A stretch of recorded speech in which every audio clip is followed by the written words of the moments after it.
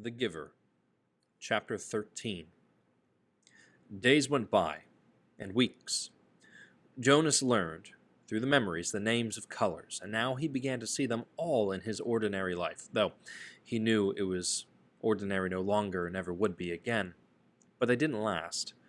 There will be a glimpse of green, the landscaped lawn around Central Plaza, a bush on the riverbank, the bright orange pumpkins being trucked in from the agricultural fields beyond the community boundary, seen in an instant, the flash of brilliant color, but gone again, returning to the flat, hueless shade. The Giver told him that it would be a very long time before he had the colors to keep. "But I want them," Jonas said angrily. "It isn't fair that nothing has color." "Not fair?" The Giver looked at Jonas curiously. "Explain what you mean." "Well," Jonas had to stop and think it through. "If everything's the same, then there aren't any choices. I want to wake up in the morning and decide things, a blue tunic or a red one." He looked down at himself at the colorless fabric of his clothing. "But it's the same. Always." Then he laughed a little. "I know it's not important what you wear, it doesn't matter, but it's the choosing that's important, isn't it?" The Giver asked him. Jonas nodded. "My little brother," he began, and then corrected himself. "No, that's inaccurate. He's not my brother, not really. But this new child that my family takes care of, his name's Gabriel?" "Yes, I know about Gabriel." "Well, he's right at the age where he's learning so much. He grabs toys when we hold them in front of him. My father says he's learning small muscle control, and he's really cute." The Giver nodded. "But now that I can see colors, at least sometimes, I was just thinking, what if we could hold up things that were bright red or bright yellow and he could choose instead of sameness?" "He might make the wrong choices." "Oh." Jonas was silent for a minute. "Oh, I see what you mean. It wouldn't matter for a new child's toy, but later it does matter, doesn't it? We don't dare let people make choices of their own." "Not safe?" the Giver suggested. "Definitely not safe," Jonas said with certainty. "What if they were allowed to choose their own mate and chose wrong?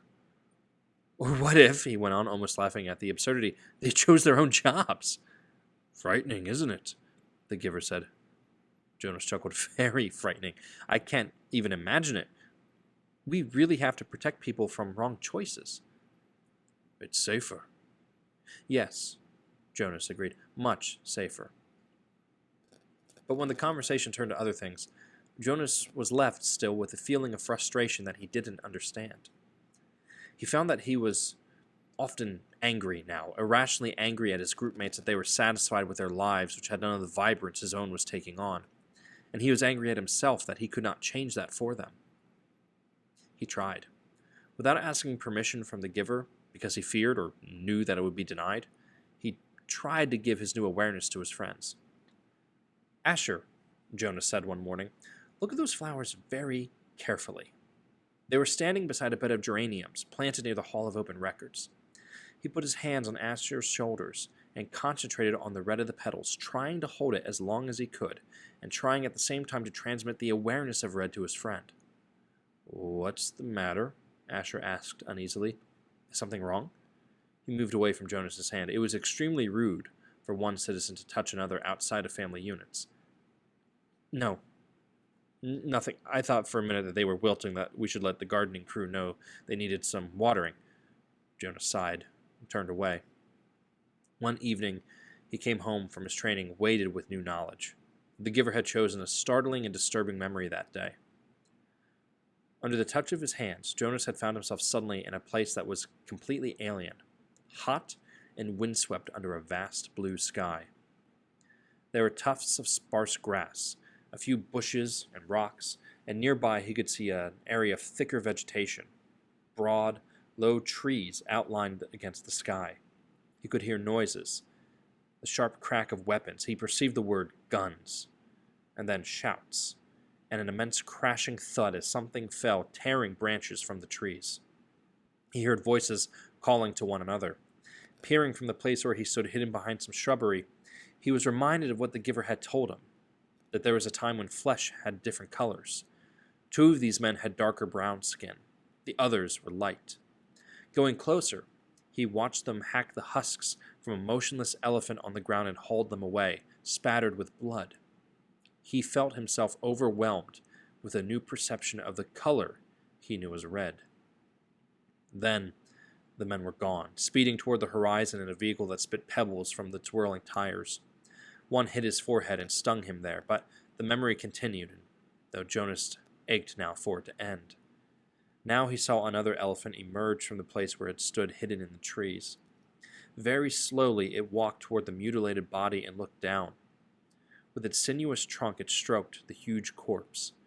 Then it reached up, broke some leafy branches with a snap, and draped them over the mass of torn, thick flesh. Finally, it tilted its massive head, raised its trunk, and roared into the empty landscape. Jonas had never heard such a sound. It was a sound of rage and grief, and it seemed never to end. He could still hear it when he opened his eyes and lay anguished on the bed where he received the memories. It continued to roar into his consciousness as he pedaled slowly home. "Lily," he asked that evening when his sister took her comfort object, the stuffed elephant, from the shelf, "did you know that once there were really elephants? Live ones?" Lily glanced down at the ragged comfort object and she grinned. "Right," she said skeptically. "Sure, Jonas." Jonas went and sat beside them while his father untied Lily's hair ribbons and combed her hair. He placed one hand on each of her shoulders. With all of his being, he tried to give them a piece of the memory, not of the tortured cry of the elephant, but of the being of the elephant, of the towering, immense creature with its meticulous touch with which it had tended its friend at the end. But his father had continued to comb Lily's long hair, and Lily, impatient, had finally wiggled under her brother's touch. "Jonas," she said, "you're hurting me with your hand." "I apologize for hurting you, Lily," Jonas mumbled and took his hand away. "Accept your apology," Lily responded indifferently, stroking the lifeless elephant. "Giver," Jonas asked once as they prepared for the day's work, "don't you have a spouse? Aren't you allowed to apply for one?" Although he was exempted from rules against rudeness, he was aware that this was a rude question. But the giver had encouraged all of his questions, not seeming to be embarrassed or offended by even the most personal. The giver chuckled. "No, there's no rule against it. And I did have a spouse. You're forgetting how old I am, Jonas. My former spouse now lives with the childless adults." Ah, of course, Jonas had forgotten the giver's obvious age. When adults of the community became older, their lives became different. They were no longer needed to create family units.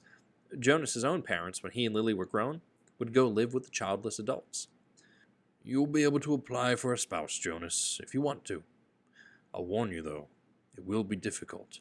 Your living arrangements will have to be different from those of most family units because books are forbidden to citizens. You and I are the only ones with access to the books." Jonas glanced around at the astonishing array of volumes. From time to time now he could see their colors.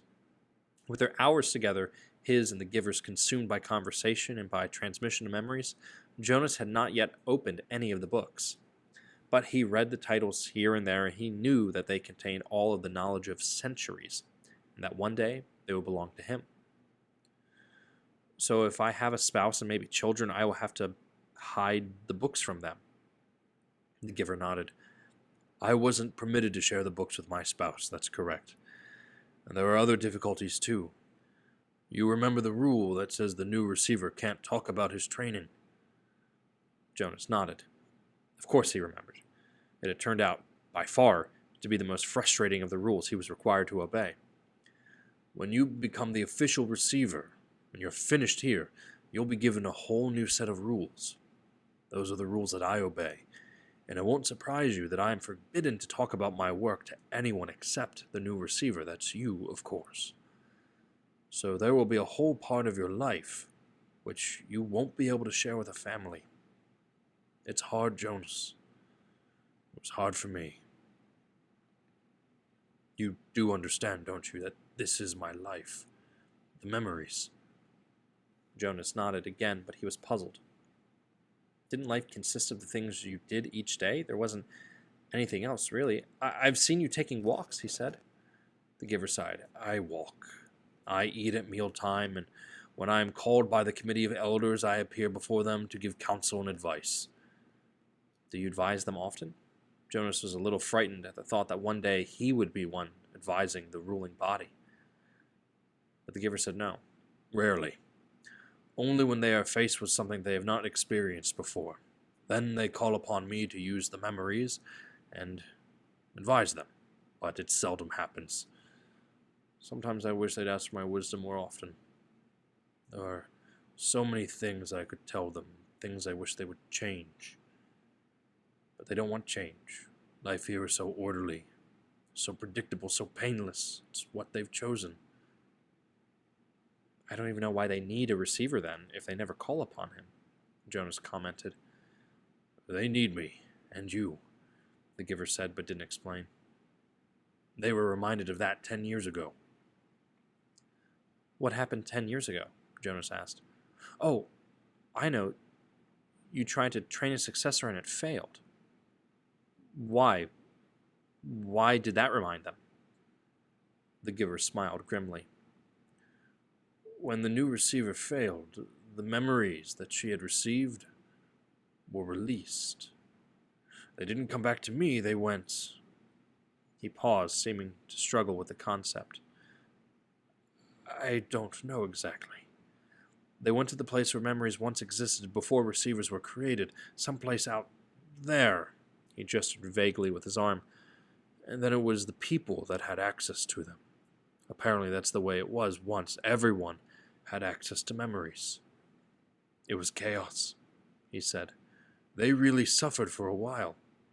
Finally, it subsided and the memories were assimilated, but it certainly made them aware of how they need a receiver to contain all that pain and knowledge. But you have to suffer like that all the time, Jonas pointed out. The giver nodded. And you will. It's my life. It will be yours. Jonas thought about it, what it would be like for him, along with walking and eating, and he looked up around the walls of books. Reading? That's it? The giver shook his head. Those are simply the things that I do. My life is here. In this room? The giver shook his head. He put his hands to his own face, to his chest. No, here in my being where the memories are. My instructors in science and technology have taught us about how the brain works, Jonas told him eagerly. It's full of electrical impulses. It's like a computer. If you stimulate one part of the brain with an electrode, he stopped talking. He could see an odd look on the giver's face. They know nothing, the giver said bitterly. Jonas was shocked. Since the first day in the annex room, they had together disregarded the rules about rudeness, and Jonas felt comfortable with that now. But this was different. Far beyond rude. This was a terrible accusation. What if someone had heard? He glanced quickly at the wall speaker, terrified that the committee might be listening as they could at any time. But as always, during their sessions together, this switch had been turned off. Nothing? Jonas whispered nervously. But my instructors... The giver flicked his hand as if brushing something aside. Oh, your instructors are well trained. They know their scientific facts. Everyone is well trained for his job. It's just that, without the memories, it's all meaningless. They gave that burden to me, and to the previous receiver, and the one before him, and back and back and back, Jonas said, knowing the phrase that always came. The giver smiled, though his smile was oddly harsh. That's right. And next it will be you. A great honor. Yes, sir. They told me at the ceremony, the very highest honor. Some afternoons, the giver sent him away without training. Jonas knew on days when he arrived to find the giver hunched over, rocking his body slightly back and forth, and his face pale, that he would be sent away. Go, the giver would tell him tensely. I'm in pain today. Come back tomorrow. On those days, worried and disappointed, Jonas would walk alone beside the river. The paths were empty of people except for the few delivery crews and landscape workers here and there. Small children were all in the child care center after school, and older ones were busy with the volunteer hours or training. By himself, he tested his own developing memory. He watched the landscape for glimpses of the green that he knew was embedded in the shrubbery. When it came flickering into his consciousness, he focused upon it, keeping it there, darkening it, holding it in his vision as long as possible until his head hurt and he let it fade away. He stared at the flat, colorless sky bringing blue from it, and remembered sunshine until finally, for an instant, he could feel warmth. He stood at the foot of the bridge that spanned the river, the bridge that citizens were allowed to cross only on official business. Jonas had crossed it on school trips, visiting the outlying communities, and he knew that land beyond the bridge was much the same, flat or well-ordered with fields for agriculture.